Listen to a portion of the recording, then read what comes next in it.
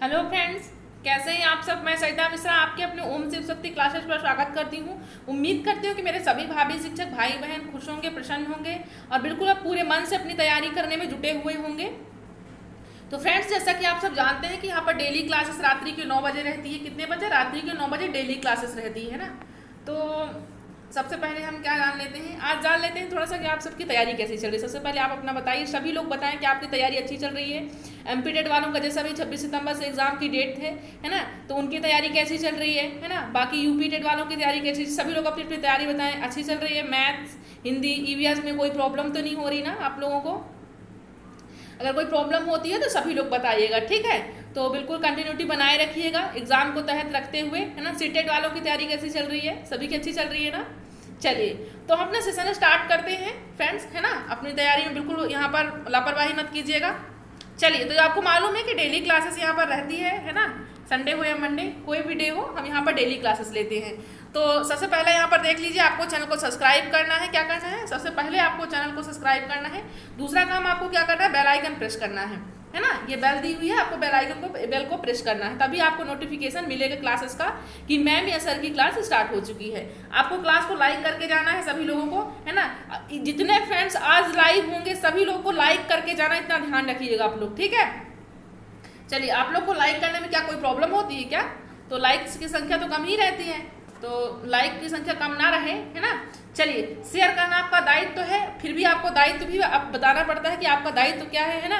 तो वैसे तो आप लोग भावी शिक्षक हैं, आप लोग को अपनी जिम्मेदारियां काफ़ी अच्छे से पता है, लेकिन फिर भी मैं आपको यहाँ पे याद दिला देती हूँ कि आपकी जिम्मेदारी क्या है।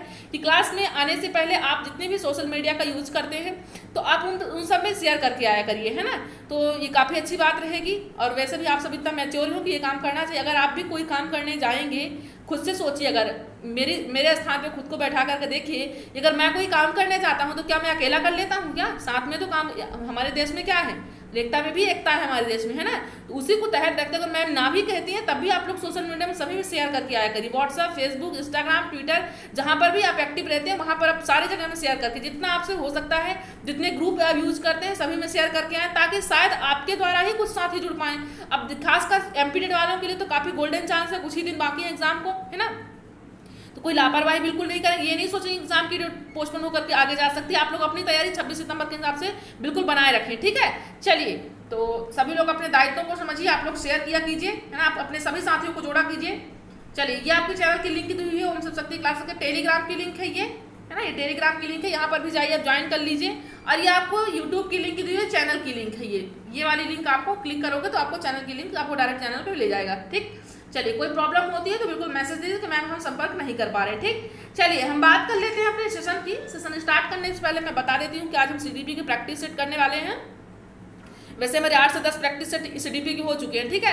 हम ईवीएस से कुछ प्रैक्टिस सेट नहीं किए हैं, क्योंकि ईवीएस में आपको मालूम है कि कुछ पार्ट आपके साइंस के रहते हैं, कुछ जीके के ऐसे करेक्ट मिक्सअप क्वेश्चन रहते हैं ईवीएस में आपके, है ना। पेडागॉजी 15 नंबर का तो रहता है, लेकिन जो कंटेंट पार्ट से आता है आपका, है ना, तो वो आपका 15 नंबर में मिक्सअप रहता है। जीके का भी कुछ क्वेश्चन, जैसे आपका साइंस में यहाँ पर खोज, चंद्रमा की खोज किसने की, सूर्य की खोज किसने की, किसने सबसे बड़ा ग्रह है, छोटा ग्रह, ये सबसे इस टाइप के क्वेश्चन साइंस से पार्ट से वहाँ से पूछा जाता है। तो उस टाइप के मल्टीपल क्वेश्चन हम मॉर्निंग की क्लास 12 बजे कर लिया करेंगे। तो कल की जो क्लास रहेगी आपकी, कल मॉर्निंग जो 12 बजे की क्लास रहेगी, कल हम साइंस पढ़ेंगे, हम मिक्सअप क्वेश्चन देखेंगे, ताकि जो एमपी टेट वालों का एग्जाम होने वाला है तो सब लोग वहाँ पर उसका फायदा उठा पाएं। और यूपी टेट में भी आता है, सभी टेट में एग्जाम में साइंस तो आती है, ईवीएस तो आती है, मिक्सअप क्वेश्चन रखेंगे। आप लोग कोई भी सेशन, क्योंकि मैं अब जो क्वेश्चन ला रही हूँ आप लोग को एग्जाम के पॉइंट ऑफ व्यू से देख करके ला रही हूँ, है ना। तो कोई भी सेशन आप लोग यहाँ पर मिस नहीं करना है, किसी को भी ध्यान रखिएगा। तो चले, सबसे पहले जो लोगों ने शेयर नहीं किया, शेयर करके आते रहे, तब तक हम यहाँ पर थोड़ा सा अपना छोटा संदेश देख लेते हैं। ये रहा मेरा संदेश, है ना, ये रही आपकी सरिता मैम। चलिए, हम बात कर लेते हैं अपने पहले क्वेश्चन की। ईश्वर को नमन करते हुए, अपने माता पिता को याद करते हुए स्टार्ट करते हैं अपने पहला क्वेश्चन। सीडीपी का प्रैक्टिस सेट है ना। चलिए, क्वेश्चन को आंसर कीजिए, सभी लोग आंसर करेंगे और क्लास के अंत तक आपको बने रहना, ये चीज ध्यान रखिएगा, है ना। क्लास को स्किप करके बिल्कुल ना जाया करें, आप लोग की बहुत गंदी आदत है ना। तो इस आदत को जल्द से जल्द कोशिश, क्योंकि कहीं भी रहिए धैर्यता बनाए रखिए ना, धैर्यता बनाए रखिए, चीजें आपको बिल्कुल, हाँ, जहाँ पर प्रॉब्लम होती है बिल्कुल बताइए आप लोग, चलिए आंसर कीजिएगा सभी लोग। सीखना एक सक्रिय प्रक्रिया है। क्या सीखना एक, जैसे आप कोई चीज सीखते हो तो क्या है, एक प्रक्रिया है ना, एक प्रक्रिया है। क्योंकि पहला ऑप्शन क्या कह रहा है, सीखना तब होता है जब शिक्षार्थी को कुछ जानकारी दी गई हो। सीखना एक सक्रिय प्रक्रिया मालूम है, लेकिन सीखना तब कंप्लीट होता है जब शिक्षार्थी को जानकारी दी गई। क्या वो सीखना कहलाता है? आपने किसी को कोई जानकारी दे दी। सेकंड ऑप्शन कह रहा है कि सीखना याद करने और किसी के व्यवहार में सक्रिय परिवर्तन की ओर संकेत करता है। सीखना क्या होता है, किसी का मेमोराइजेशन करने, साथ ही साथ जैसे व्यवहार में आप क्या करते हैं, अपनी एक्टिविटी में कुछ क्या करते हो, चेंजेस लाते हो, उसको उसकी ओर वो संकेत करता है। क्या ऐसा करता है? सेकंड थर्ड कह रहा है ज्ञान पर कार्य करते हुए शिक्षार्थी ज्ञान का निर्माण करता है। क्या होता है कि ज्ञान पर कार्य करते हुए शिक्षार्थी ज्ञान का निर्माण करता है ना, क्या ऐसा होता है? या फिर फोर्थ कह रहा है आपका कि सीखना मुख्य रूप से जैविकी कारकों से नियंत्रित होता है। बताइए आंसर कीजिए, क्या होगा राइट ऑप्शन आपका यहाँ पर? सीखना एक कैसी प्रोसेस है और क्यों हुआ है, बताइए। तो यहाँ पर जो आपका राइट ऑप्शन होगा फर्स्ट हो जाएगा, है ना। आपका राइट ऑप्शन जो फर्स्ट का होगा क्या होगा, बताइए आप लोग। आंसर कीजिए, सी नंबर होगा, है ना। ज्ञान पर कार्य करते हुए शिक्षार्थी ज्ञान का निर्माण करता है। जब सीखना एक सक्रिय प्रक्रिया है, मालूम है आपको क्यों? रीजन क्या है? क्योंकि जब आप कोई चीज सीखते हो, सीखने के बाद उसको कहीं ना कहीं इस्तेमाल करते हो। जैसे आपने कुछ सीखा है आज, इस क्लास से आपने कुछ सीखा, सीखने के बाद आप क्या करते हो, उस चीज को प्रोसेस में अपने अप्लाई करते हो, आप चीजों को पढ़ते हो तो उस चीज, हाँ मैम ने हमें ऐसे बताया था, एक प्रोसेस हुई थी, है ना। उसके बाद आपने उसका एक निर्माण किया। तो आई होप आपको समझ में आया होगा, है ना। क्योंकि सीखना तब होता है जब शिक्षार्थी को जानकारी दे। ऐसी कोई बात नहीं कि मैंने आपको कोई जानकारी दे दी तो सीखना हो गया, है ना।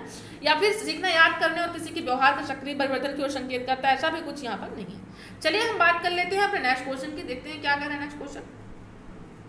देखिए आप लोग को भाषा समझनी पड़ेगी, ऐसा कुछ सीडीपी में है नहीं। आपका सीडीपी हो या ईवीएस हो या आपका हिंदी पेडागॉजी हो, आपको भाषाओं को समझना होगा। साथ ही साथ आपको ये समझना होगा कि ये आपका जो शिक्षा शास्त्र है क्या, शिक्षा शास्त्र है वो है क्या। पहले टर्म्स तो आपको ध्यान रखना है कि आपको बच्चे के हिसाब से देखना है, आपको पर्सनली आपको कुछ भी नहीं देखना है ना, कि नहीं हमारे जो लाभ के लिए हो एक टीचर के तहत, ऐसा नहीं है। आप एक बच्चे के नजरिए से देखिए, मतलब बच्चे को आप सामने वाले को क्या समझा रहे हो, है ना, बता रहे हो, वो आपसे छोटा है, ठीक है, तो आप इस हिसाब से। लेकिन आपको पूरा छोटा नहीं समझना, वो छोटा है, क्योंकि बच्चे को छोटा वैज्ञानिक, जीन पियाजे ने कह रखा है पहले से, आपको छोटा वैज्ञानिक समझ के काम करना है। क्योंकि वो फिर छोटे छोटे बच्चे कैसे सवाल करते हैं, तो वो जो लोग फंसे होंगे तो खुद मालूम है ना। तो चलिए बताइए, क्योंकि छोटे बच्चों के सवाल से तो आप मुक्ति नहीं पा सकते, तो ध्यान रखिएगा। छोटे बच्चे बहुत शैतान होते हैं, साथ ही साथ बहुत सवाल जवाब करते हैं, है ना। चलिए बात करते हैं नेक्स्ट क्वेश्चन की। सीखने के लिए बच्चे की तैयारी के संदर्भ में एक शिक्षक के लिए यह महत्वपूर्ण है। क्या है? सीखने के लिए बच्चे की तैयारी के संदर्भ में एक शिक्षक के लिए, जैसे आप किसी चीज को प्रिपरेशन, मैं आपको प्रिपरेशन करा रही हूँ, तो आपकी तैयारी के लिए, आपको प्रिपरेशन, एग्जाम की प्रिपरेशन के लिए मुझे क्या महत्वपूर्ण है। पहला ऑप्शन देख लीजिए कि अधिगम के प्रति बच्चे की अवप्रेरणा को मोटिवेट करना है। जैसे आप लर्निंग हो रही है यहाँ पर, तो उसके लर्निंग के प्रति मुझे मोटिवेट करना है, उस चीज़ को और करना है। अवप्रेरणा को मापना है कि मैंने कि जितना मोटिवेट किया तो उसका क्या, कहाँ तक लागू आपने क्या अप्लाई किया। बच्चे पर तैयारी का नियम लागू करना, मतलब कि मैं आपको क्या कर दूँ कि आपको ये नियम है कि आप 4 से 6 घंटा आपको याद करना है ना। आपके एक नियम बना दूँ, रूल बना के आपको मैं यहाँ पर दे दूँ। क्या ऐसा है? ये होता है सीखने के लिए। या फिर थर्ड ऑप्शन कह रहा है बच्चे के सामान्य ज्ञान का निर्धारण करना। फोर्थ ऑप्शन है आपके बच्चे के पूर्व अधिगम पर ध्यान ना देना। आंसर कीजिए सभी लोग, राइट ऑप्शन कह रहे हैं सभी लोग। यहाँ पर राइट ऑप्शन क्या हो जाएगा आपका?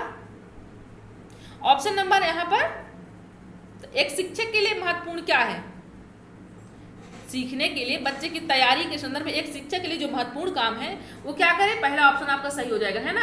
अधिगम के प्रति बच्चे के प्रेरणा को मापना, कि बच्चा कितना मोटिवेट हो। हमने जो चीज समझाया है, जो हमने उस चीज को बताया है, क्या बच्चा उस चीज को अप्लाई कर पा रहा है, क्या उसे प्रेरित है, क्या उसको प्रभावित हुआ जो हमने बताया है ना। हमने बता दिया, काम खत्म, यही होता। हमें उस चीज को देखना भी पड़ता है कि क्या बच्चा वो समझ पाया है जो हमने बताया है ना। हम आपका टेस्ट क्यों लेते हैं? क्योंकि हमने आपको क्लास दे दिया, ठीक है, लेकिन क्लास देने के बाद हमारा काम समाप्त नहीं हो जाता। हमें उस चीज़ का मापदंड भी देखना पड़ता है कि आप उस चीज़ को ऑब्जर्व कर पाए हो या नहीं। यही आपका एक टीचर की हैसियत से सही है। बच्चों की तैयारी का नियम को लागू नहीं करना है। सामान्य ज्ञान का जीके कैसा कुछ, आपको पूर्व अधिगम पर ध्यान ना देने की बात तो हो भी नहीं सकती, है ना। चलिए हम बात कर लेते हैं अपने नेक्स्ट क्वेश्चन की, देख लेते हैं क्या कह रहा है हमारा नेक्स्ट क्वेश्चन। सभी लोग आंसर करेंगे, जो साथी बीच बीच में जुड़ते जा रहे हैं सभी लोग शेयर करते जाएंगे। चलिए, एक प्रभावी कक्षा में कैसा एक इफेक्टिव क्लास है, तो यहाँ पर पहला ऑप्शन देख लीजिए, एक इफेक्टिव क्लास किस प्रकार की क्लास होती है। पहला ऑप्शन देखिए क्या कह रहा है आपका, अधिक अंक प्राप्त करने के लिए शिक्षार्थी एक दूसरे के साथ प्रतियोगिता में रहते हैं। जहाँ पर एक प्रभावी कक्षा होती है वहाँ पर क्या होता है, अधिक अंक प्राप्त करने के लिए विद्यार्थी क्या करते हैं, एक दूसरे से कॉम्पिटिशन का मतलब कॉम्पिटिशन करते रहते हैं। यहाँ पर ऐसी कक्षा क्या प्रभावी क्लास हो सकती है। सेकंड ऑप्शन है शिक्षक पाठ तैयार करता है। क्या करता है, टीचर एक पाठ तैयार करता है, उस पर क्या करता है, काफी लंबी व्याख्यान देता है, उसको उस चीज को प्रोत्साहित करता है और चर्चा क्या कर देता है, हतोत्साहित कर। क्या ऐसा होता है, लर्निंग इफेक्टिव कहलाती है। या फिर थर्ड कह रहा है कि शिक्षक जो है चर्चा को प्रोत्साहित करता है और शिक्षार्थियों के पूर्व ज्ञान और एवं पृष्ठभूमि के साथ संबंध बनाता है। शिक्षक क्या करता है, बच्चों के साथ चर्चा करता है, चर्चा के साथ प्रोत्साहित करता है बच्चों को, और शिक्षार्थियों के जो पूर्व ज्ञान हो, जैसे बच्चे ने आपने क्या सीखा है, कितना पूर्व उस चीज का मैं एनालिसिस करके उसके हिसाब से मैं आपको चीजों को संबंध बनाऊं, चीजों का संबंध बनाऊं। क्या ऐसा ऑप्शन है। या फिर फोर्थ ऑप्शन आपका कह रहा है यहाँ पर शिक्षार्थी निष्क्रिय रूप से शिक्षक के निर्देशों का पालन करते हैं। बताइए इफेक्टिव क्लास कैसी हो सकती है, कैसे आपको मालूम पड़ेगा कि एक ये क्लास सही है, बताइए आंसर कीजिए सभी लोग। एक प्रभावी कक्षा जो होगी वहां पर क्या होगा, हमारे पास अधिक अंक प्राप्त करने की बात नहीं है। शिक्षक पाठ तैयार करेगा, बड़ी बड़ी व्याख्यान देगा तो भी आपका सही नहीं है। आपको यहाँ पर शिक्षार्थी निष्क्रिय की बात तो आपको करना ही नहीं है ना, सक्रिय की बात करना है। फोर्थ ऑप्शन जो आपको निष्क्रिय कह रहा है ये आपको नहीं करना है, आपको सक्रिय वातावरण रखना है ना। इसलिए आपको बचा कौन सा, राइट ऑप्शन नंबर सी हो गया। इसलिए मैं कहती हूँ कि आप पहले को रॉन्ग को क्रॉस कीजिए, है ना। राइट आंसर जानने से पहले रॉन्ग कौन सा है उसको आपको कट करना है, ये चीज आपको ध्यान रखना है। इसलिए हमारा राइट ऑप्शन क्या हो जाएगा, ऑप्शन नंबर सी हो जाएगा। शिक्षक क्या करता है, चर्चा को प्रोत्साहित करता है और भी ज्यादा प्रोत्साहन कर देगा तो बच्चा और भी खुशी से। और हाँ, बच्चे के आपको प्रीवियस नॉलेज को ध्यान में रखकर जरूर बताना ये चीज। चलिए हम आंसर कर लेते हैं, नेक्स्ट क्वेश्चन देख लेते हैं क्या कह रहा है आपका यहाँ पर। आंसर कीजिएगा सभी लोग। बच्चे कक्षा में रुचि विकसित करते हैं, बच्चे कक्षा में रुचि कब विकसित करते हैं, जब कैसी कक्षा हो, बताइए। पहला ऑप्शन कह रहा है आपका कि शिक्षक केवल अच्छे विद्यार्थियों का पक्ष लेते हैं। क्या अगर टीचर जहां पर सिर्फ शिक्षार्थियों का पक्ष फेवर करेगा क्या वहीं पर बच्चे रुचि लेंगे।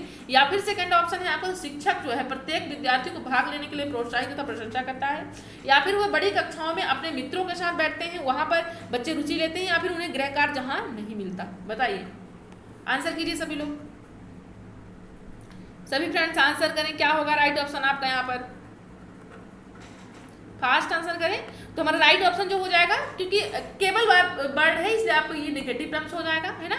यहाँ पर वो एक बड़ी कक्षाओं में अपने मित्रों के साथ बैठते हैं, नहीं ऐसी बात नहीं है कि वो बच्चा इंटरेस्ट उसी क्लास में, कि बड़ी कक्षाओं में तो बच्चा जाने और भी जाने से डरेगा, क्योंकि पता नहीं सीनियर क्या पूछेंगे, है ना, आता है मुझे नहीं आता, तो बच्चे उतना वहाँ पर बैठ नहीं पाएंगे, है ना, अपने आप को अच्छा फील नहीं करेंगे। हाँ, यहाँ पर गृह कार्य नहीं मिलेगा तभी बच्चे रुचि की बात नहीं हो रही, क्योंकि बच्चों को ऐसा नहीं गृह कार्य नहीं मिलेगा तुमको इंटरेस्ट लगे, बहुत मजा आएगा क्लास में, है ना। और भी बहुत सारे रीजन होते हैं छोटे बच्चों के। यहाँ पर क्या हो जाएगा, कब वो रुचि विकसित करेंगे, जब शिक्षक को क्या किया जाएगा, शिक्षक प्रत्येक विद्यार्थी को भाग लेने के लिए प्रोत्साहित करेंगे और प्रशंसा करेंगे, बार बार करेंगे। हाँ, चीनू बहुत अच्छा लड़का है, ये गुड बॉय है, ये होमवर्क कर लेता है, ये मम्मा की बात मानता है, ये सब कुछ, मतलब उसको एक पॉजिटिविटी देना चाहिए, साथ ही साथ उसको प्रोत्साहन बढ़ाना चाहिए। इस टाइप में बच्चा क्या करेगा, नहीं सर बहुत अच्छी बात करते हैं, मुझे तो बहुत पसंद है सर, कल तारीफ हमारी बहुत करे, बच्चा नेक्स्ट डे भी आएगा। अगर आप बच्चे को क्या करोगे, हतोत्साहित करोगे तो नेक्स्ट डे से वो नहीं आएगा आपकी क्लास में, है ना। तो ऐसा नहीं करना, छोटे बच्चों को आप साथ में रखना, उनको प्यार से रखना बहुत बड़ी बात होती है ना। अब आप सब लोग तो जल्द ही जिम्मेदारी पाने वाले हैं, तो ध्यान रखिएगा इस चीज़ को, बच्चों को बहुत प्यार से रखिएगा, है ना।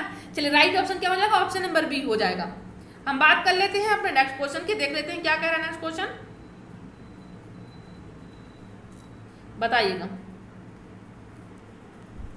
जब बच्चे विद्यालय में आते हैं क्या होता है, जब बच्चे विद्यालय में आते हैं तो क्या होता है, बताइए। पहला कह रहा है कि उन्हें बता देना चाहिए कि विद्यालय की भाषा भिन्न, बच्चे विद्यालय में आए तो उन्हें सबसे पहले आने से पहले उनको क्या बता देना चाहिए कि यहाँ की भाषा भिन्न है।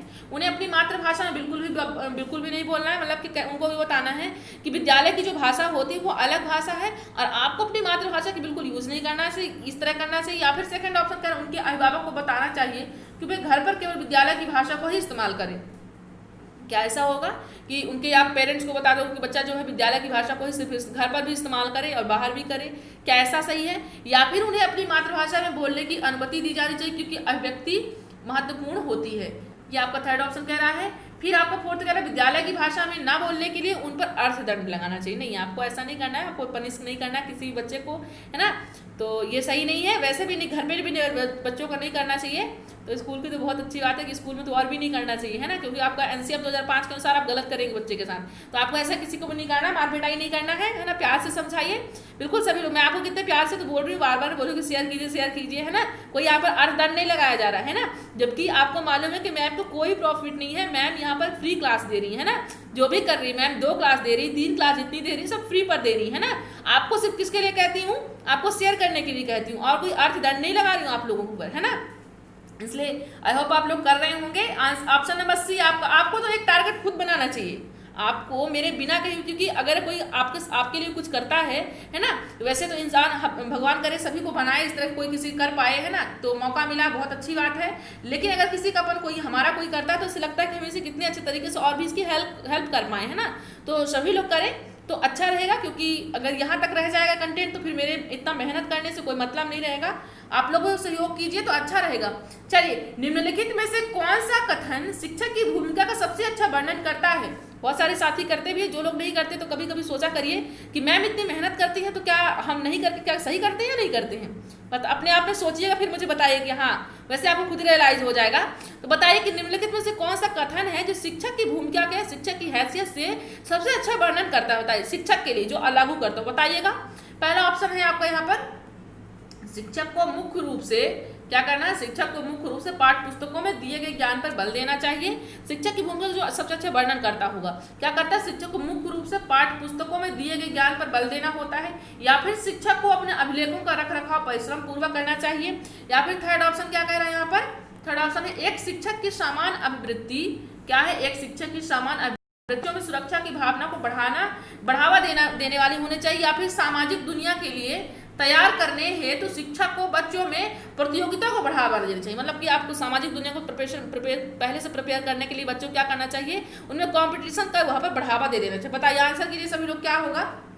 एक शिक्षक की हैसियत से अगर आप कोई काम कर रहे हो तो वहाँ पर राइट ऑप्शन क्या होगा, बताइए। तब तक मैं पानी पी रही हूँ, आंसर कीजिए आप लोग।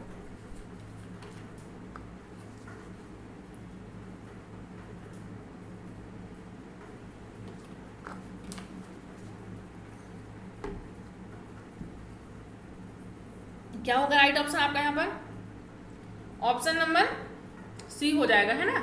एक शिक्षक जो है सामान्य अभिवृत्ति, बच्चों में सुरक्षा की भावना को बढ़ावा देने वाले, मतलब जो भी आप जो भी उसको एप्टीट्यूड सिखा रहे हो, जो भी चीज़ स्किल सिखा रहे हो, आप कैसी आवृत्ति सिखाओगे, सुरक्षा की भावना रहे, उसको बढ़ावा देने वाली रहे, एक सामान्य आवृत्ति रहे, है ना। तो ये सब कुछ आपका पॉजिटिव ऑप्शन हो जाएगा, ऑप्शन नंबर सी हो जाएगा। शिक्षक को मुख्य रूप से पाठ्य पुस्तकों में दिए ज्ञान पर बल देना, ज्ञान पर ही बल नहीं देना, बहुत सारी ऐसी और भी स्किल होती है जिसको आपको बल देना है। शिक्षक को अपने अभिलेखों का रखरखाव परिश्रम पूर्वक करना चाहिए, सामाजिक दुनिया के लिए तैयार करने हेतु प्रतियोगी, क्योंकि आपको सामाजिक दुनिया तैयार करना ठीक है, लेकिन यहाँ पर प्रतियोगिता की बढ़ावा देने की बात कर रहा है, इसलिए आपका ये रॉन्ग हो जाएगा, है ना। तो आपका राइट क्या हो जाएगा, ऑप्शन नंबर सी आपका राइट हो जाएगा। चलिए, तो हम बात कर लेते हैं नेक्स्ट क्वेश्चन की, देख लेते हैं क्या कह रहा है नेक्स्ट क्वेश्चन। आंसर कीजिएगा सभी लोग।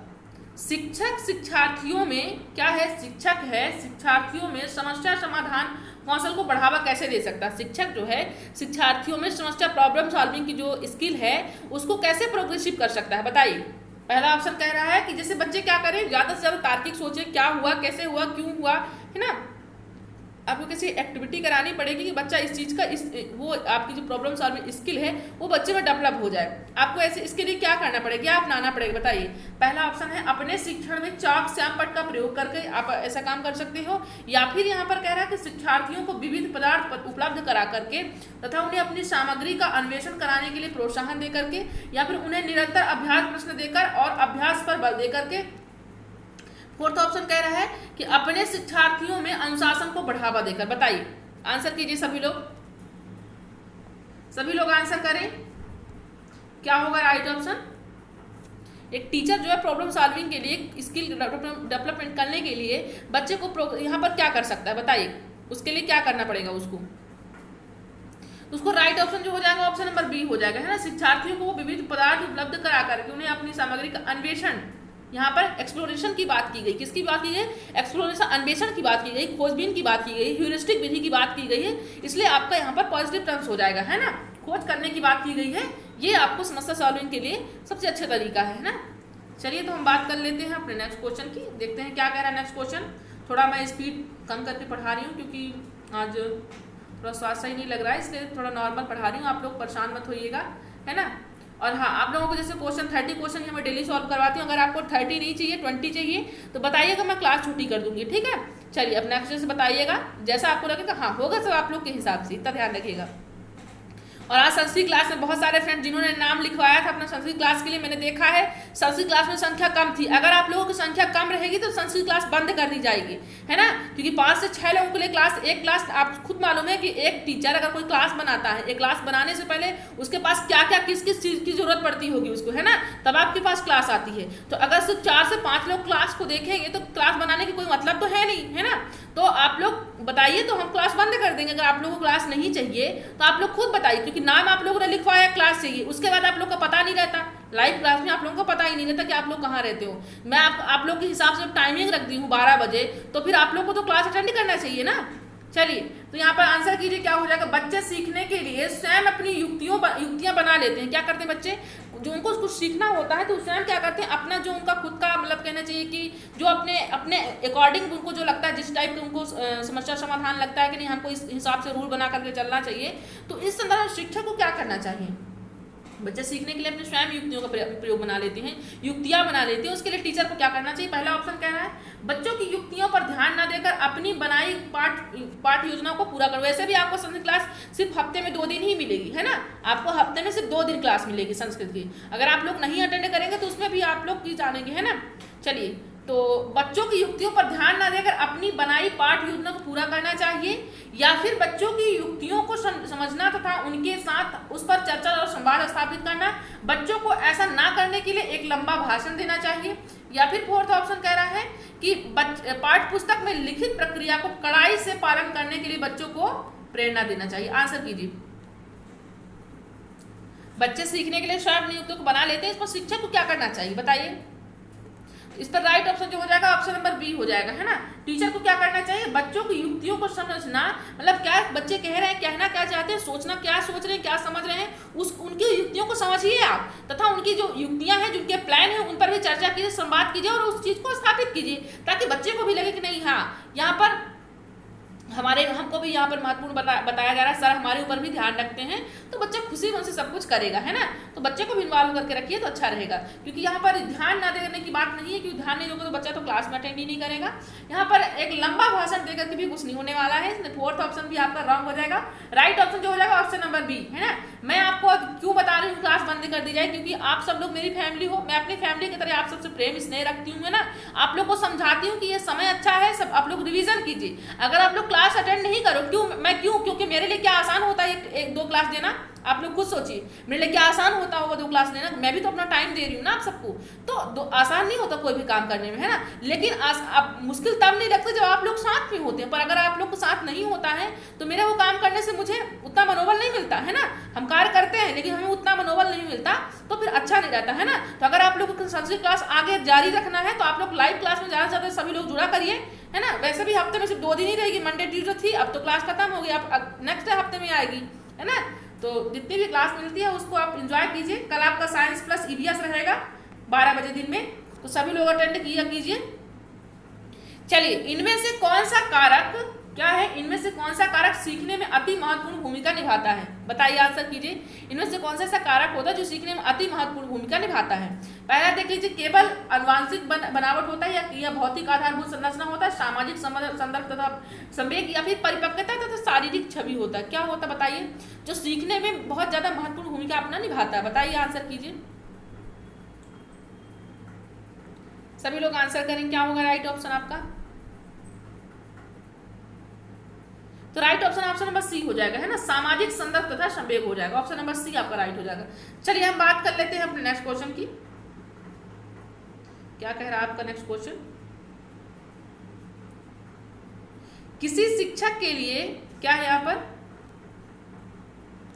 किसी शिक्षक के लिए वृद्धि और विकास के सिद्धांतों के बारे में जानना महत्वपूर्ण है, क्योंकि क्या यहाँ पर किसी शिक्षक के लिए वृद्धि और विकास के सिद्धांतों के बारे में शायद एक क्वेश्चन रह गया क्या,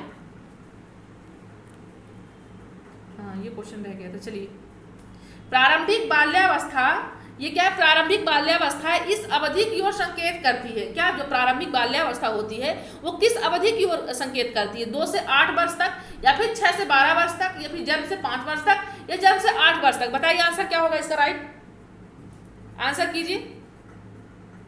प्रारंभिक बाल्यावस्था वो किस अवस्थाओं, किसी ओर संकेत करता है?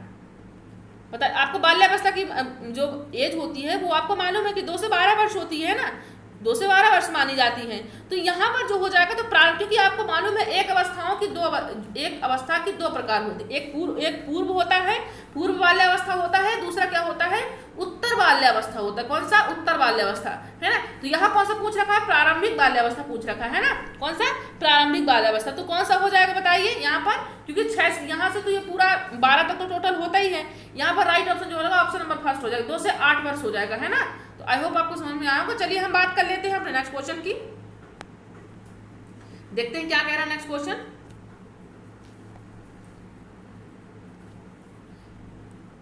किसी शिक्षक के लिए क्या है, किसी शिक्षक के लिए वृद्धि और विकास के सिद्धांतों के बारे में जानना महत्वपूर्ण क्यों होता है? एक टीचर को वृद्धि और विकास के जो सिद्धांत हैं उसको जानना उसके लिए क्यों महत्वपूर्ण होता है? क्यों जानना चाहिए एक टीचर को? क्या रीजन होता है? पहला देख लीजिए, यह ज्ञान बच्चों को पृथक करने में शिक्षक की सहायता करेगा। मतलब कहना चाहिए कि एक शिक्षक को इसलिए जानना चाहिए क्योंकि वो बच्चों को पृथक करने में, उसको अलग अलग कर देने, कि नहीं ये बच्चा ज्यादा टैलेंटेड है इसको अलग करके बैठाना, ये जनरल बच्चा है इसको अलग करके, ये मंद बुद्धि का वाला है इसको अलग कर, इसलिए जानना चाहिए। या फिर सेकंड ऑप्शन आपको कह रहा है कि शिक्षक अच्छा प्रभाव डालने में समर्थ हो सकेगा। मतलब वो बच्चा क्या, टीचर क्या करेंगे, बच्चे पर क्या करेंगे, अच्छे से अच्छा प्रभाव उस पर डालेंगे, उस चीज को समझाएंगे प्यार से, है ना। क्या उसको प्रभाव डालने में उपयुक्त रहेगा। या फिर थर्ड ऑप्शन कह रहा है आपका यहाँ पर कि बच्चे को सीखने के उपयुक्त अवसर प्रदान करने में यह ज्ञान शिक्षा के लिए सहायक होता है। फोर्थ ऑप्शन कह रहा है कि इसके बाल विकास एक लोकप्रिय पाठ्यक्रम बनेगा। बताइए आंसर कीजिए। सभी लोग आंसर करेंगे कि किसी शिक्षक के लिए वृद्धि और विकास के बारे में, सिद्धांत के बारे में जानने के लिए एक टीचर के लिए क्यों इतना इंपॉर्टेंट होता है। आंसर करें तो जो हमारा राइट ऑप्शन होगा ऑप्शन नंबर सी हो जाएगा, है ना। कौन सा? Option number C. क्यों होगा? क्योंकि बच्चों को सीखने के लिए उपयुक्त अवसर प्रदान करने में शिक्षक के लिए सहायक होगा। बच्चा, टीचर क्या करेगा, उसकी वृद्धि, उसके विकास के बारे में जान जाएगा, है ना। उसकी वृद्धि के बारे में जानेगा, उसके विकास के बारे में जाएगा, उसके अतीत पूर्व ज्ञान के बारे में जानेगा। तो टीचर के लिए एक महत्वपूर्ण एक सहायक होता है ना। उसी के हिसाब टीचर क्या करेगा, बच्चे को यहाँ पर जो भी मोरलिटी सिखाता है ना, सोशियलिटी, जो भी कल्चर सिखाता है या फिर पढ़ाता है ना, कोई भी उसको ज्ञान दे रहा है, सामाजिक ज्ञान, नैतिक ज्ञान जो भी दे रहा है, उसको उपयुक्त अवसर यहाँ पर प्रदान कर पाएगा, है ना। उसीलिए उसको जानना जरूरी है, क्योंकि बहुत सारे ऐसे बच्चे होते हैं कि जिनके बचपन से ही मम्मी पापा गुजर जाते हैं, उन्हें उतना सोशल कल्चर नहीं मालूम पड़ पाता है ना। तो टीचर क्या करते हैं, क्योंकि जब उसको बैकग्राउंड उनको मालूम पड़ जाए, उनकी वृद्धि, उनकी विकास, उनके लाइफ में क्या डेवलप है क्या नहीं है, ये सब जब चीज़ मालूम पड़ता है टीचर को, तो टीचर और भी उस तरीके से प्यार से समझता है कि नहीं ये बच्चा शायद इसको प्यार की और भी जरूरत है। वैसे तो हर बच्चे को जरूरत होती है, प्यार की हर बच्चे को जरूरत होती है, लेकिन कुछ ऐसे बच्चे जिनको बहुत ज़्यादा विशेष जरूरत पड़ती है, उनको नहीं मिल पाता बचपन में, तो टीचर उस भाव से थोड़ा सा उसको रखता है, कॉपरेट करता है उस चीज़ को, है ना, ताकि बाकी बच्चे भी नाराज हो पाए, और वो तो स्पेशली उसको देख लेना, है ना। तो ऐसा कुछ नहीं है कि मतलब कि वो उसको अलग फील करवा रहे, फील करवाने का उनका मकसद नहीं है। उनका मकसद है बच्चा के एडजस्ट कर पाए, उसे भी वो चीज मिल पाए जो उसे नहीं मिल पाया, है ना। राइट ऑप्शन जो हो जाएगा ऑप्शन नंबर सी हो जाएगा। चलिए हम बात कर लेते हैं नेक्स्ट क्वेश्चन की। बच्चे का जो विकास होता है वो किसका परिणाम होता है? पालन पोषण का होता है, या फिर अनुवांशिकता और पर्यावरण के मेल से होता है? अनुवांशिकता का होता है या पर्यावरण का? आंसर कीजिए सभी लोग, क्या होगा राइट ऑप्शन आप सबका? आंसर कीजिए सभी लोग, क्या होगा राइट ऑप्शन? बच्चे का जो विकास होता है किसका परिणाम होता है? तो आपको मालूम है सिर्फ पालन पोषण से किसी चीज का परिणाम नहीं मिल जाएगा, है ना। अनुवांशिकता बस से नहीं मिल जाएगी, आपको जेनेटिक्स कोई चीज मिल गई है तो आपको बहुत महारत मिल जाएगी, है ना। आपके मम्मी पापा डॉक्टर इंजीनियर हैं या फिर टीचर हैं तो आप भी टीचर, ये जरूरी नहीं है। या कि ये भी जरूरी नहीं कि आपके पापा टीचर थे तो आप भी टीचर बन जाओगे, या फिर पापा डॉक्टर है तो आप भी डॉक्टर बनोगे, ऐसा भी जरूरी नहीं। इन्वायरमेंट से भी ओनली आपका इन्वायरमेंट भी ये माने नहीं रखता कि आपको इन्वायरमेंट बहुत अच्छा, आपको एक लाइब्रेरी में बैठा देगा तो बस आप पढ़ाई करोगे, है ना। आपको ऐसा भी नहीं है, यहाँ पर दोनों चीज महत्व रखती है ना। यहाँ पर क्या रखेगा, परिणाम किसका होता है? मानसिकता और पर्यावरण दोनों का यहाँ पर मेल होना चाहिए, तभी वहां पर एक परफेक्ट व्यक्ति बनता है, एक बच्चे का विकास होता है ना। क्योंकि उसको कुछ इन्वायरमेंट मिला, कुछ जेनेटिक्स मिल गया, है ना। इसलिए राइट ऑप्शन जो हो जाएगा ऑप्शन नंबर बी आपका राइट होगा, है ना। ऑप्शन नंबर बी होगा। जो साथी नए जुड़ते जा रहे हैं उन्हें मैं बार बार कह रही हूँ, है ना, कि आप लोग शेयर करते आइएगा। शेयर करेंगे तो बहुत अच्छा रहेगा, अपने साथियों को बता दीजिए, क्योंकि यहाँ पर अब टाइम कम बचा है सभी के लिए। सभी लोग रिवीजन करना स्टार्ट कर दीजिए, है ना, क्योंकि आपकी जो क्लासेस रहेंगी एक फटाफट क्लास रहेंगी। चलिए बताइए यहाँ पर बच्चे क्या हैं? बच्चे क्या, पहला ऑप्शन देखिए, जन्म से ये उच्च श्रृंखला होते हैं और उन्हें समाज द्वारा सभ्य बनाने की आवश्यकता होती है, ईश्वर का उपहार है जिनकी पूजा करनी चाहिए, जिस सामाजिक और सांस्कृतिक संदर्भ में बढ़ते हैं उससे प्रभावित होते हैं। फोर्थ ऑप्शन कह रहा है एक खाली स्लेट जैसे संसार में आते हैं। बताइए क्या होगा, बच्चे कैसे होते हैं, आंसर कीजिए। बच्चे जो होते हैं, राइट ऑप्शन यहाँ पर सी होगा, है ना। बच्चे जिस प्रकार सामाजिक और सांस्कृतिक संदर्भ में बढ़ते हैं उससे प्रभावित होती है ना। जैसे वाइगोस्की जी ने क्या कहा है कि बच्चों को उन्होंने सामाजिक सांस्कृतिक बहुत ज़्यादा इफेक्टिव बताया है, उसके लिए बहुत पॉजिटिव बताया कि बच्चे के लिए समाज जो होता है बहुत अच्छा उसको परिणाम दिलाता है ना। तो समाज हमारे लिए जरूरी होता है क्योंकि वहाँ से भी कुछ ना कुछ हमको सीखने को मिल जाता है। जो चीज़ हमको घर पर नहीं मिलता वो चीज़ कभी कभी बाहर मिल जाता है, जो चीज़ बाहर नहीं मिलता कभी कभी घर में मिल जाता है ना। तो हर एक फील्ड आपके लिए इंपॉर्टेंट है, कहना चाहिए, है ना। घर हो या बाहर, मम्मी पापा हो या फ्रेंड्स हो, आपकी लाइफ में सभी इंपॉर्टेंट होती है ना, क्योंकि लाइफ तो एक ही बार मिलती है हर व्यक्ति को। तो एंजॉय करना चाहिए, सभी के साथ मिलकर रहना चाहिए, है ना। जिंदगी एक बार मिलती है, बार बार नहीं मिलती। वैसे भी गाना भी बना जिंदगी दो पल की, है ना। तो गाने पे भी ध्यान नहीं देना, फिर क्लास पे ध्यान देना, ठीक है। चलिए आंसर कीजिएगा। एक 5 साल का बच्चा जो है, क्या है, एक 5 साल का बच्चा है वो तर्क नहीं कर पाता। किस चीज पर तर्क नहीं कर पा रहा, बताइए। जब पानी को ऊंचे और सकरे गिलास से चौड़े बर्तन में डाला जाए, जब पानी को ऊंचे और सकरे गिलास में चौड़े बर्तन में डाल दिया जाता है तो पानी की मात्रा उतनी ही रहती है। जैसे मतलब आपके पास एक ये गिलास है, एक ये गिलास है और एक ये वाली गिलास है, इतनी छोटी सी गिलास है ना। अब ये इतनी लंबी बॉटल है ना, ये इतनी लंबी बॉटल है, सिर्फ लंबी है ना। इसमें आयतन ज्यादा नहीं, सिर्फ लंबाई है इसकी, लेकिन ये ज्यादा ये चौड़ा है ना, दिख रहा है इसकी चौड़ाई ज्यादा है ना। तो यहाँ पर ये चीज को अंतर नहीं कर, बच्चा क्या सोचता कि नहीं इसमें पानी ज्यादा आएगा इसमें कम आएगा, है ना। ये चीज इस चीज का अंतर नहीं कर पाता है। तो ऐसा क्यों होता है, क्यों नहीं समझ पाता कि इसमें ज्यादा पानी आएगा, इसमें ज्यादा आएगा, इसमें कम आएगा, क्यों नहीं कर पाता इस चीज को, फर्क क्यों नहीं कर पाता, उसमें क्या रीजन होता है। पहला ऑप्शन देख लीजिए, वह प्रतीक नहीं बना पाता, इसका चिन्ह नहीं बना पाता कि नहीं ऐसा ऐसा इसका डायग्राम बना हुआ है, ये सिर्फ एक शेप है इसका, वो जो उसमें पदार्थ है वो तय आएगा, ये चीज नहीं कर पाता है। या फिर वो अनुकरण नहीं बना पाता उस चीज को, या फिर व्यापारी चिंतन, व्यापारी का मतलब होता है यहाँ पर विपरीत या पलटाऊ, है ना, पलटावी चिंतन नहीं कर सकता है, या फिर वहां पर उसका व्यवहार उद्देश्यों और मुखी नहीं होता है। बताइए आंसर कीजिए क्या होगा। क्यों बच्चा बर्तन में रखी चीजों को नहीं समझ पाता है कि कौन से बर्तन में ज्यादा पानी आ रहा है, कौन से में कम आ रहा है, उसका रीजन क्या होता है, बताइए आंसर कीजिए। उसका रीजन क्योंकि व्यापारी चिंतन नहीं कर सकता, ऑप्शन नंबर सी हो जाए। व्यापारी के मतलब उल्टा पलटाववादी, मतलब उस चीज को वो नहीं समझ पाता कि यहाँ पर उस चीज उल्टा कर दी जाए तो वो जस्ट अपोजिट हो जाता है ना, ये चीज वो चीज नहीं समझ पाता है। राइट ऑप्शन नंबर सी हो जाएगा। चलिए तो हम बात कर लेते हैं नेक्स्ट क्वेश्चन के अपने। आंसर कीजिए सभी लोग, तो पानी पी लेती हूँ।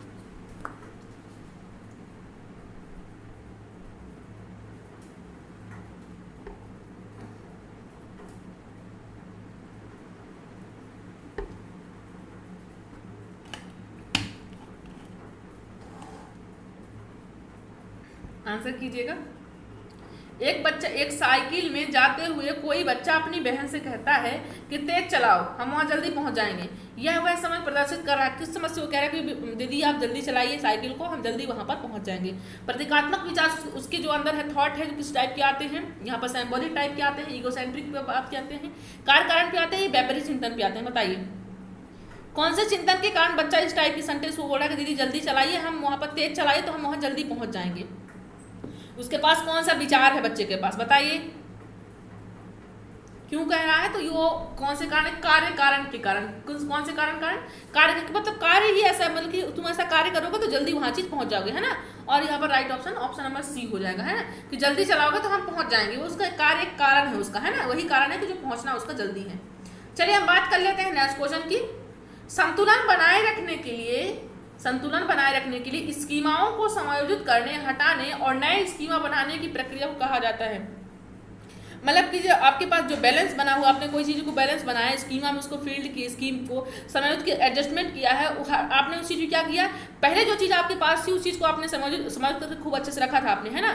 अब क्या किया आपने, उसको हटा दी उस चीज़ को, है ना। हटाने के बाद आपने क्या किया, उसकी नई प्रक्रिया चालू कर दी है ना। जैसे आप क्या कर रहे थे, आप जब मान लीजिए कि फिर आप दिल्ली में थे तो दिल्ली में आप कुछ अलग रहते थे, अलग हिसाब अपना बनाया था। अब आप जब गांव में रह रहे हो, लॉकडाउन बहुत सारे साथी गांव में फंस गए होंगे, मालूम है मुझे, है ना, क्योंकि ऐसे बहुत सारे से लोग हैं जो गांव गए हुए थे, तो लॉकडाउन लॉकडाउन में सभी लोग गांव में ही रुके हुए हैं। तो ऐसा अगर जिसके पास हो गया है, तो जो नहीं बहुत दिनों से गए ही नहीं थे, तो जो वहाँ पर रह रहे हैं, जिसकी अगर आप एक बार जहाँ पर रह रहे हो वहीं पर आपका बैलेंस बनता है ना, तो फिर वहाँ दूसरी जगह रहना आपको अच्छा नहीं लगता है ना। तो जो आपने नए जगह पर जाकर एडजस्टमेंट बनाया है, तो वो क्या कर रहे हो आप, किस चीज़ के यहाँ पर क्या विकास हो रहा है, निकटतम विकास का क्षेत्र हो रहा है, या फिर आधारभूत सहायता हो रही है, अनुकूलन हो रहा है, या फिर स्कीमा निर्माण हो रहा है? बताइए, आंसर कीजिए, किस चीज का विकास यहाँ पर हो रहा है? तो यहाँ पर यहाँ पर क्या हो जाएगा, एडजस्टमेंट अनुकूलन का हो जाएगा, है ना। क्या हो जाएगा यहाँ पर, एडजस्टमेंट अनुकूलन की बात यहाँ पर हो जाएगी। बच्चा क्या कर रहा है वहाँ पर, अनुकूलन, अपने आप को अनुकूलित कर रहा है वहाँ के लिए, है ना, क्योंकि अब पुराने वाले कुछ स्कीमा को तो हटा दिया है, लेकिन अब क्या कर, नए स्कीमा बनाने की प्रक्रिया को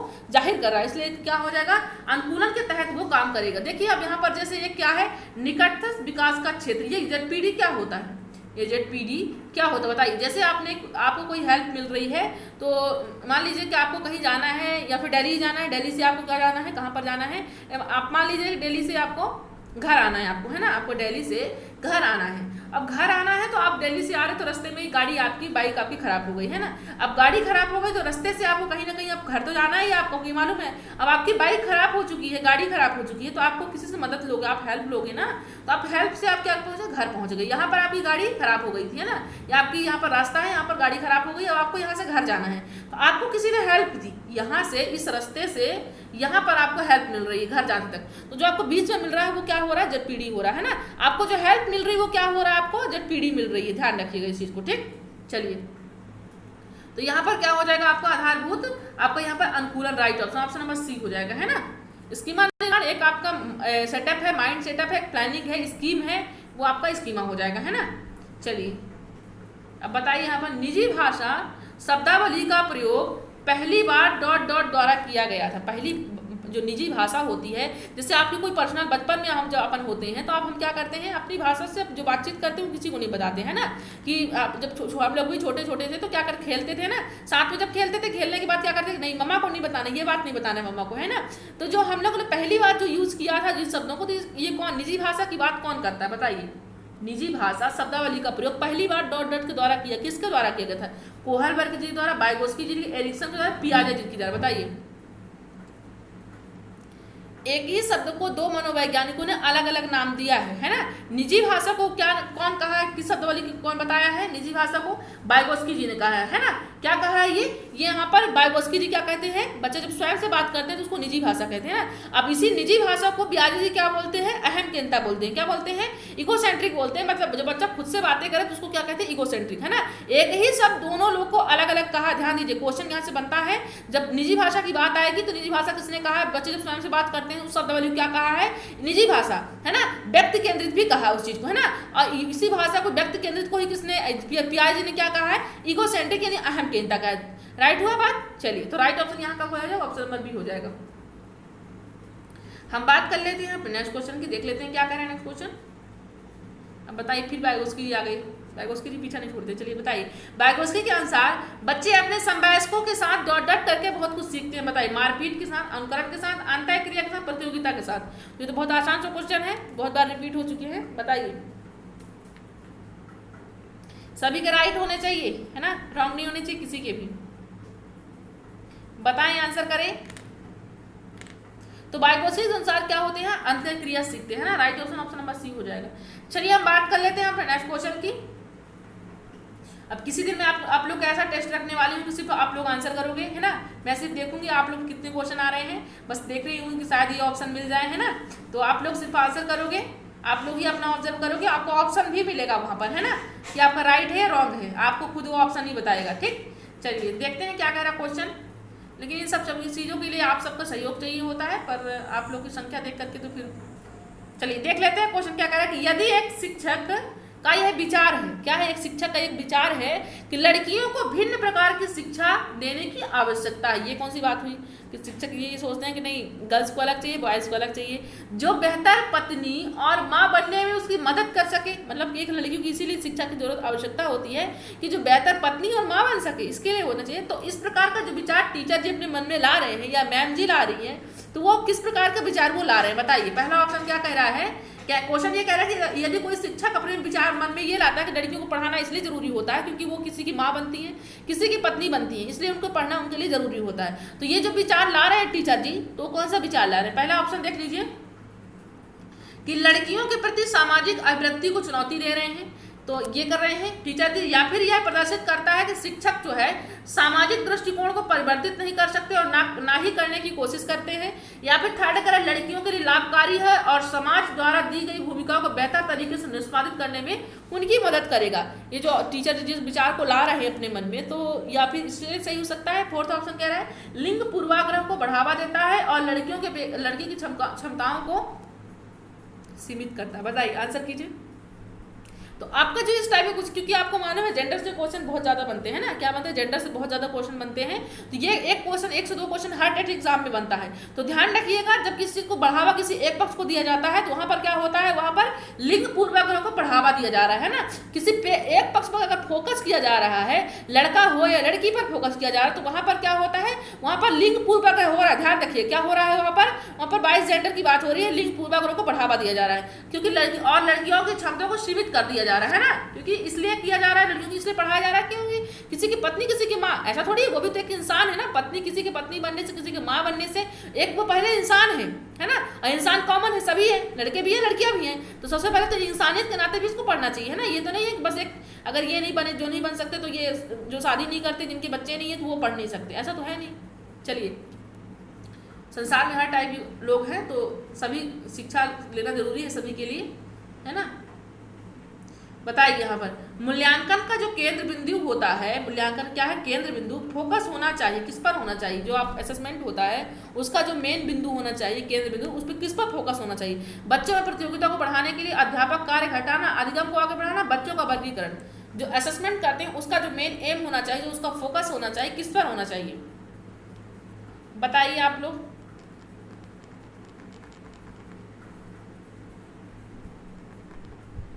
तो क्या हो जाएगा बताएं, अधिगम को आगे बढ़ाना चाहिए। क्या हो रहा है यहाँ पर, अधिगम को आगे बढ़ाना हो रहा है ना। क्या हो रहा है, अधिगम को आगे बढ़ाने की बात हो रही है।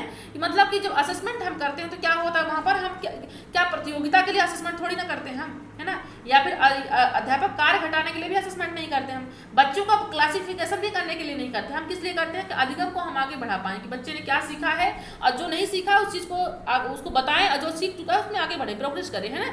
राइट ऑप्शन जो हो जाएगा आपका ऑप्शन नंबर सी हो जाएगा, है ना। क्या होगा, ऑप्शन नंबर सी। चलिए, जो नए फ्रेंड्स जुड़ रहे हैं मैं उनको थोड़ा शेड्यूल बता दें, ताकि वो लोग जो नए हैं तो उस शेड्यूल जान पाए।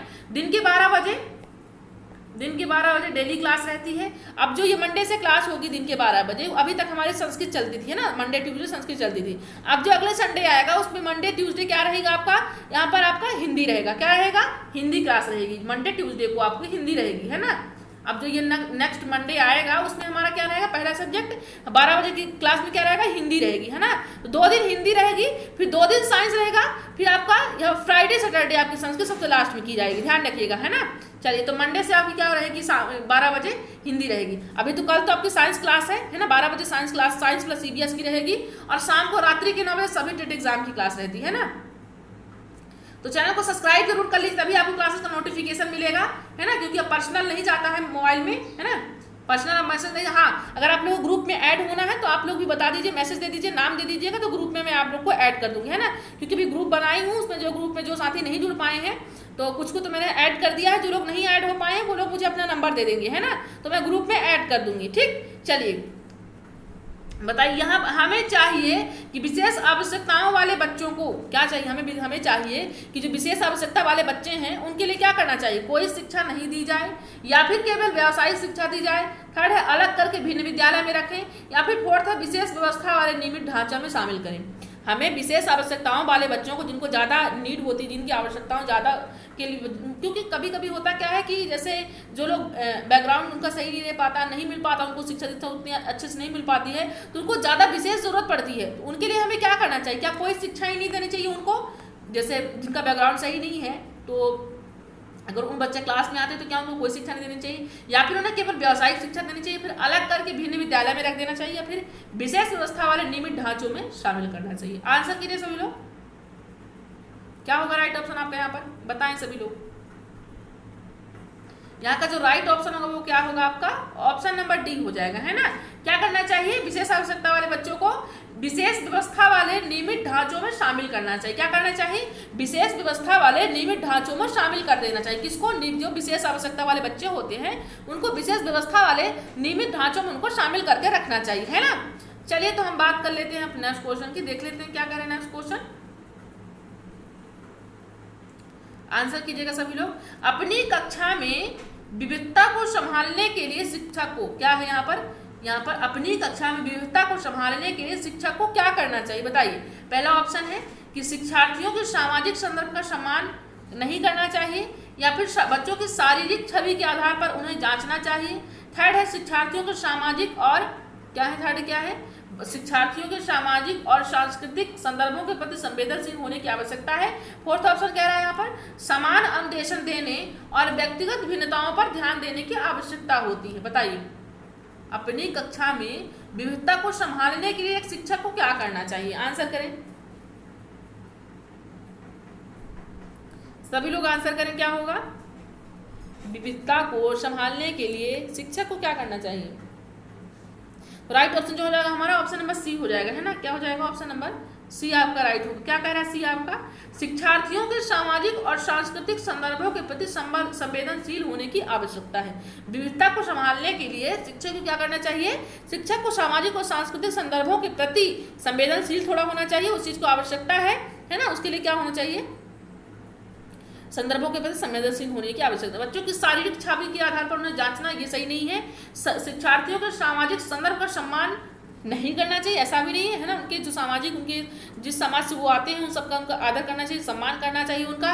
फोर्थ ऑप्शन क्या कह रहा है कि समान अनुदेशन देने और व्यक्तिगत भिन्नताओं पर ध्यान देने की आवश्यकता है।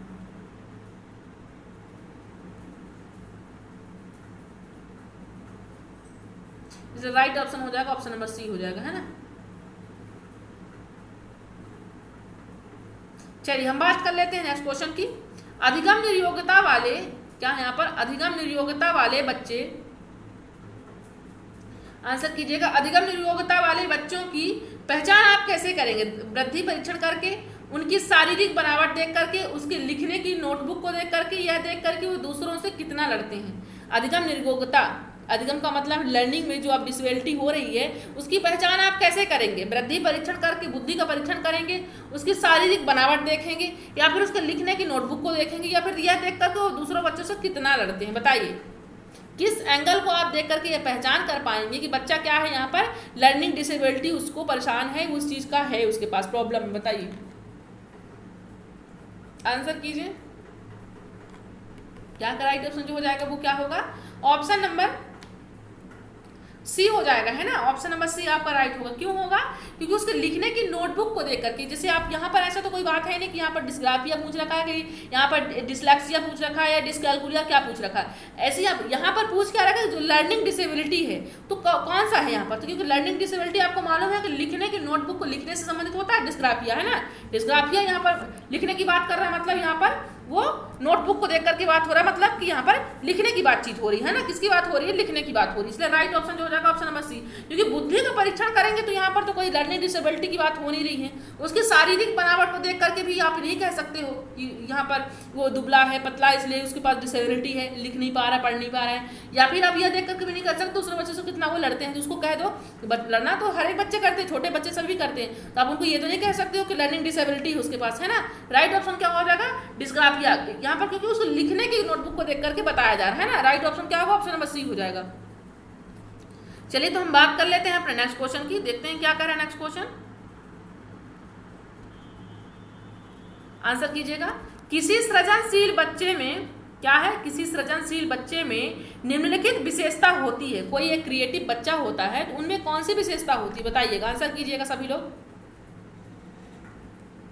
समस्या समाधान के प्रति दृढ़ उपागम होता है, या फिर रट कर याद करने की योग्यता होती है उस पर, या फिर दिए गए नियमों और मानकों के प्रति समान रूपता होती है। मौलिक विचार और व्यक्ति, जो क्रिएटिव बच्चे होते हैं, है ना, जो क्रिएटिव बच्चे होते हैं तो वो उनके पास कौन सा ऐसा ऑप्शन है जहाँ पर उस पर विशेषता क्वालिटी होती है क्रिएटिव बच्चे में। समस्या समाधान के प्रति दृढ़ उपागम होते हैं, इसके प्रति डेडिकेट होते हैं, या फिर मेमोराइजेशन पर ज़्यादा फोकस करते हैं, या फिर जो नियम होते हैं मानक होते हैं उसके प्रति समरूपता होती है, या फिर फोर्थ ऑप्शन कह रहा है कि मौलिक विचार होते हैं उसमें। बताइए क्या हो जाएगा यहाँ पर। तो जो ये आपका 24 का राइट ऑप्शन जो हो जाएगा ऑप्शन नंबर डी हो जाएगा, है ना। यहाँ पर बच्चे क्या करते हैं, वो मौलिक विचार और अभिव्यक्ति, मतलब सभी के प्रति समान विचार रहता है उनका, साथ ही साथ वो अपनी बातों को खुलकर कहते हैं। अभिव्यक्ति उनकी कैसी होती है, उनकी खुलकर कहने की आदत होती है ना, वो किसी चीज से डरते नहीं है ना। यहाँ पर बाकी समस्या समाधान के प्रति दृढ़ उपागम, ऐसा नहीं है यहाँ पर रटकर याद करने की, रटने की आदत नहीं होती उनकी, नियमों के मानकों के प्रति वो समरूपता नहीं करते। राइट ऑप्शन जो हो जाएगा ऑप्शन नंबर डी हो जाएगा। कौन सा होगा, ऑप्शन नंबर डी हो जाएगा, है ना। चलिए तो मैं थोड़ा पानी पी लेती हूँ। आप लोग जो लोगों ने शेयर नहीं किया है अब तक वो शेयर करके आ जाएं, है ना।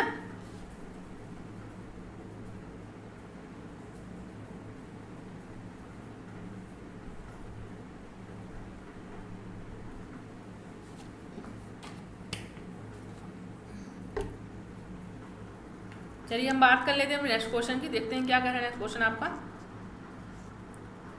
सृजनात्मकता में शामिल है, क्या है सृजनात्मकता में, वो भी क्रिएटिविटी की बात कर रहा है, क्रिएटिविटी की बात कर रहा है। इसमें क्या चीज शामिल है, पहला ऑप्शन कह रहा है दूसरों का अनुकरण और नकल करने की योग्यता शामिल होती है सृजनात्मकता में, या फिर अपसारी चिंतन करने की योग्यता होती है, या फिर लंबे अनुच्छेदों और अंकों को क्रमवार याद करने की योग्यता होती है।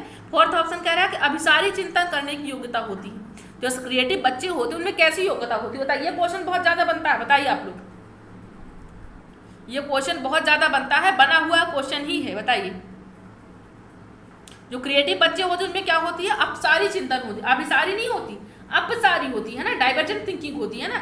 अब आप एक चीज ध्यान रखिएगा, जैसे अपसारी से क्वेश्चन बनता है, इसी से बंद अंत वाले और मुक्त अंत वाले क्वेश्चन होते हैं ना। तो जो अपसारी चिंतन करने वाले व्यक्ति होते हैं वो कौन से अंत वाले क्वेश्चन कर पाते हैं, बंद अंत वाले या फिर मुक्त अंत वाले, बताइए। आंसर कीजिए सभी लोग। अब सारी डाइवर्जेंट थिंकिंग वाला बच्चा कौन सा क्वेश्चन कर पाएगा, क्या वो मुक्त अंत वाला क्वेश्चन कर पाएगा या फिर बंद अंत वाला, बताइए। तो वो जो अपसारी चिंतन वाले बच्चे होते हैं वो ओपन एंडेड क्वेश्चन ज्यादा करते हैं ना। कैसे क्वेश्चन करते हैं, ओपन एंडेड वाला क्वेश्चन करना उनको ज्यादा पसंद लगता है ना। राइट ऑप्शन जो हो जाएगा ऑप्शन नंबर बी हो जाएगा, है ना।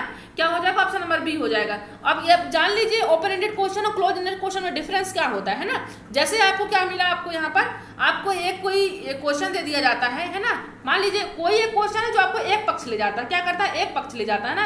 और कोई एक ऐसा क्वेश्चन जो आपको जैसे एक ऐसे हो गया, आपको कोई ऐसे दे दिया गया तो आपको बताया कि आप ऐसे पर अपना राय दीजिए, है ना। यहाँ पर गांधी जी पर, नेहरू जी पर, है ना, विवेकानंद जी पर, स्वामी विवेकानंद जी पर, उन पर आप अपने विचार डालिए। तो ये इस टाइप ये क्वेश्चन है आपका। ये क्या है, ब्रॉड। आपको मालूम है कि ऐसे आप कोई 2 या 4 लाइन से नहीं लिख सकते, और जो भी लिखोगे रटकर भी नहीं लिख सकते हो। उसमें जो भी आप पार्ट इंक्लूड करोगे अपने विचारों को करोगे, है ना। इसलिए यहाँ पर जो क्या हो जाएगा, आप सारी चिंतन वाले व्यक्ति आप ज्यादा से ज्यादा ऐसे को ज्यादा से ज्यादा चीजों को अफेक्ट कर पाते हैं ना।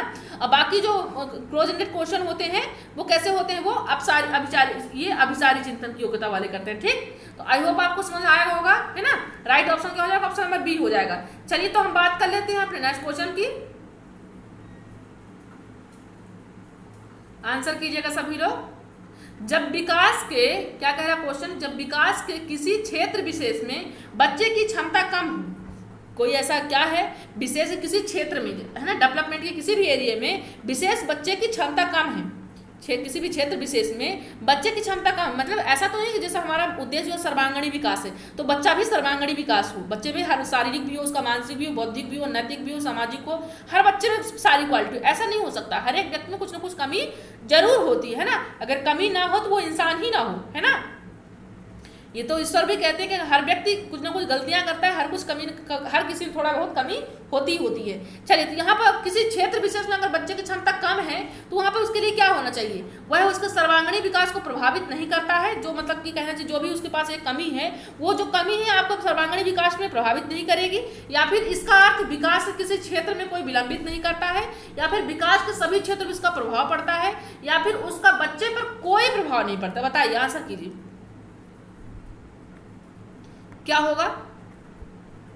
तो जो जब किसी विकास के किसी क्षेत्र विशेष में बच्चे की क्षमता कम होती है तो वो सर्वांगीण विकास को प्रभावित नहीं करती है ना, बच्चे के सर्वांगीण विकास को प्रभावित नहीं करती। इसलिए राइट ऑप्शन जो हो जाएगा हमारा ऑप्शन नंबर ए आपका राइट हो जाएगा, है ना। ऐसा नहीं है कि अगर बच्चे में एक कमी है तो वो सर्वांगीण विकास वो नहीं कर सकता, कर सकता है वो, है ना, वो कर सकता है। चलिए हम बात कर लेते हैं अपने नेक्स्ट क्वेश्चन की। क्या कह रहा है नेक्स्ट क्वेश्चन? अब बताइए यहाँ पर कोहलबर्ग के नैतिक विकास के विचार डॉट डॉट के स्तर हैं। कोहलबर्ग के नैतिक विकास जिन्होंने प्रकार बताए हैं, तो कितने प्रकार के उन्होंने विचार बताए हैं? 3 प्रकार के बताए हैं, 4 प्रकार के, या फिर 2 प्रकार के, या फिर 8 प्रकार के? आंसर कीजिएगा सभी लोग।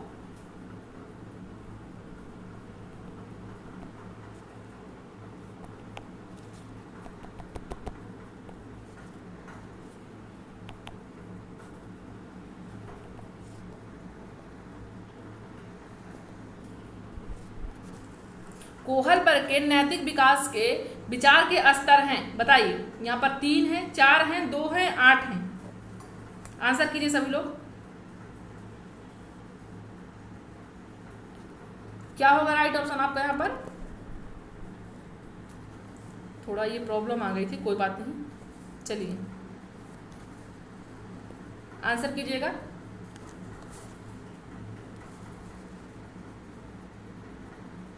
क्या होगा राइट ऑप्शन आपका?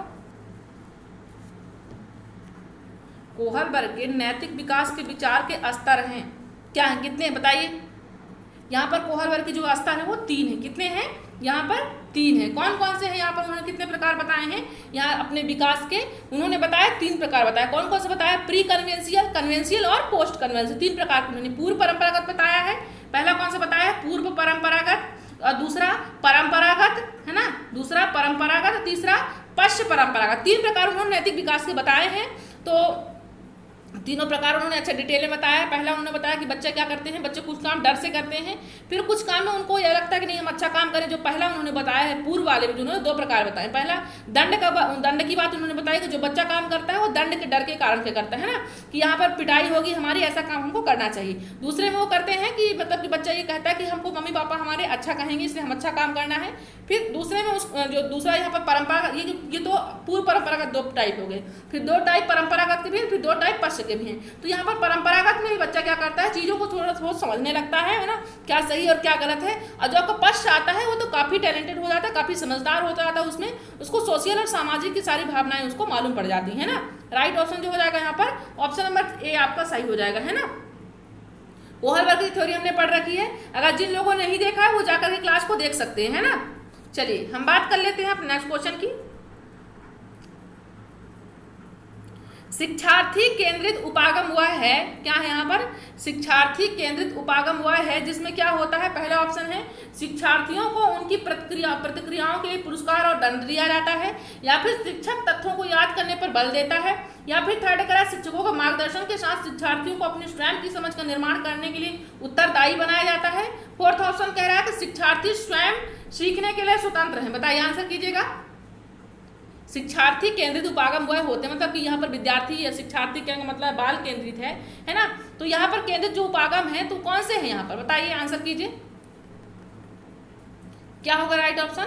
शिक्षार्थी केंद्रित उपागम वह है जिसमें क्या होता है, शिक्षकों के मार्गदर्शन के साथ विद्यार्थियों को क्या किया जाता है, स्वयं की समझ का निर्माण करने के लिए उत्तरदायी बनाया जाता है ना। मतलब कि वहाँ पर टीचर भी इन्वॉल्व होंगे, साथ ही साथ बच्चे भी इन्वॉल्व होते हैं ना। उस चीज़ पे कोई ऐसी चीज़ होती है जिसमें बच्चे भी इन्वॉल्व होते हैं, साथ ही साथ टीचर भी होते हैं। ये दोनों चीज़ वहाँ पर इन्वॉल्व रहते हैं ना, साथ साथ वो काम करते हैं। कोई बच्चा अकेले काम नहीं करता, ना ही टीचर अकेले काम करते हैं। ये चीज़ आपको ध्यान रखना है ना। इसलिए राइट ऑप्शन जो हो जाएगा आपका ऑप्शन नंबर सी आपका राइट हो जाएगा, है ना। क्या होगा? सी आपका राइट ऑप्शन हो जाएगा। चलिए हम बात कर लेते हैं नेक्स्ट क्वेश्चन की, क्योंकि यहाँ पर स्वयं की समझ का निर्माण करने के लिए उत्तरदायी बच्चे को ही बनाया जा रहा है ना। क्योंकि यहाँ पर बता रहा दंड देने की बात हो, जैसे राम हो जाएगा। शिक्षक तथ्यों को याद करने पर बल देता है, मेमोराइजेशन में बात नहीं करना है। स्वयं सीखने के लिए स्वतंत्र होते हैं, तो स्वतंत्र होते हैं पर ऐसा नहीं कि पूरा बच्चों को आप स्वतंत्र छोड़ सकते हो, है ना। आपको कहीं ना कहीं इन्वॉल्व रहना है साथ में उनके साथ। चलिए तो हम बात कर लेते हैं नेक्स्ट क्वेश्चन की, देखते हैं क्या कह रहे हैं नेक्स्ट क्वेश्चन।